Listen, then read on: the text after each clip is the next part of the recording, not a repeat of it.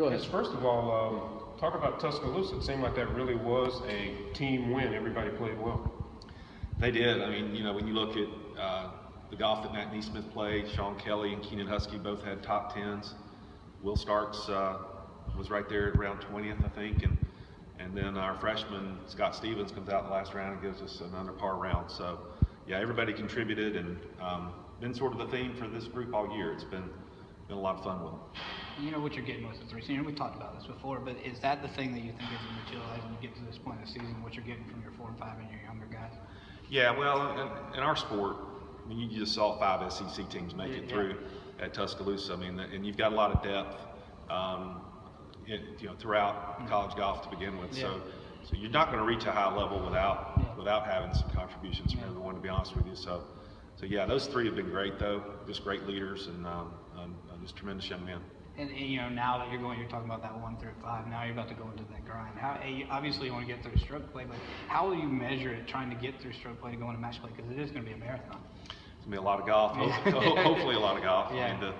I think it's a good golf course for us, and it should suit us. I mean, the first goal is to get through the cut of 15 on Sunday, and then the race for 8 on Monday is always exciting. So I think our guys are ready for it and really looking forward to the challenge. How much does it help that you did play a couple of years ago? Yeah, we've got 2 guys, and Matt Neesmith and Will Stark, that have seen it.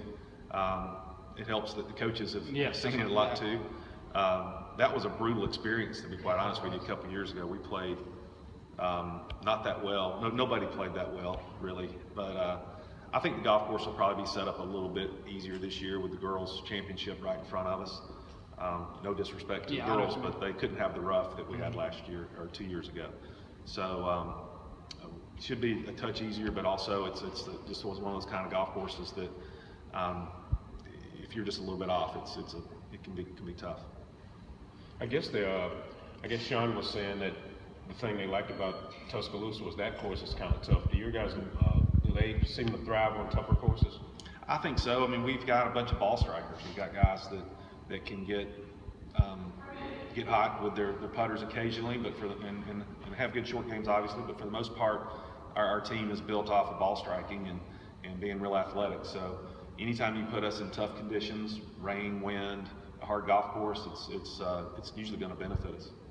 And is that, even this time of year, is that what you're kind of expecting out there? Is there lots of trees with this course, just like out there out west everywhere? Yeah, I told somebody the other day it's like a Lord of the Rings movie. It's the fir trees are like 500 feet tall, the limbs coming all the way down the ground, so it's very tree lined.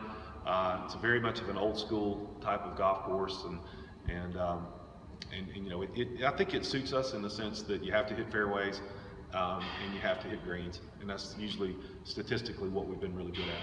And you talked about 2 years ago, but also playing out west last year. I guess all that factors in to help out all the way around, I guess, because you have a bunch of guys that are sitting in, I guess, that kind of structure. Yeah, exactly. I mean, there's a certain sense of familiarity to not only going out west, but obviously the knowing the Eugene area, knowing the golf course a little bit. So all that should benefit us. I guess it's not over yet, but now the season's winding down. Talk a little bit about your seniors and what they have meant to this program.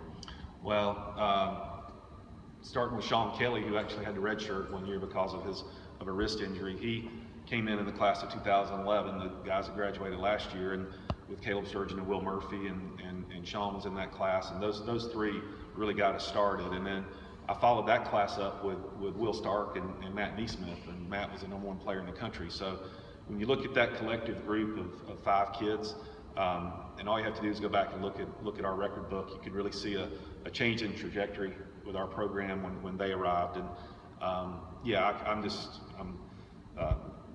I'm a proud coach.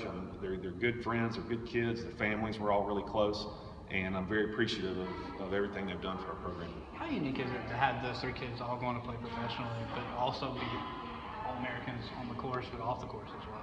Yeah, it's you sometimes as a coach you don't appreciate those types of kids until they're gone, and I think hopefully I'm showing them enough love now, because they've really been special for us and gotten it done. Academic All-Americans, great players, and just really well-rounded young men.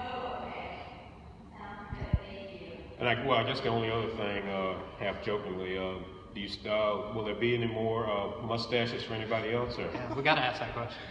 I've got a goatee just because I'm lazy. I don't know if that's superstitious or not. I just don't like to shave. The mustache has taken a life of its own. There were a couple of kids actually over at Tuscaloosa that were making fun of it. So we've had a lot of fun with it, and it sort of fits our style. I think, God, I hope there are no more surprises right now. If we can just, I'm perfectly fine with just riding out this mustache thing for another week or so. So I guess the other question, no gas station sushi out there. This one, you don't think? Man, in Eugene, we might be able to find something like that. I hope so. We didn't really, we found a really cool barbecue place in Tuscaloosa, Archibald's, but that was really good. But we'll find something in Eugene that's unique, trust me. Thanks.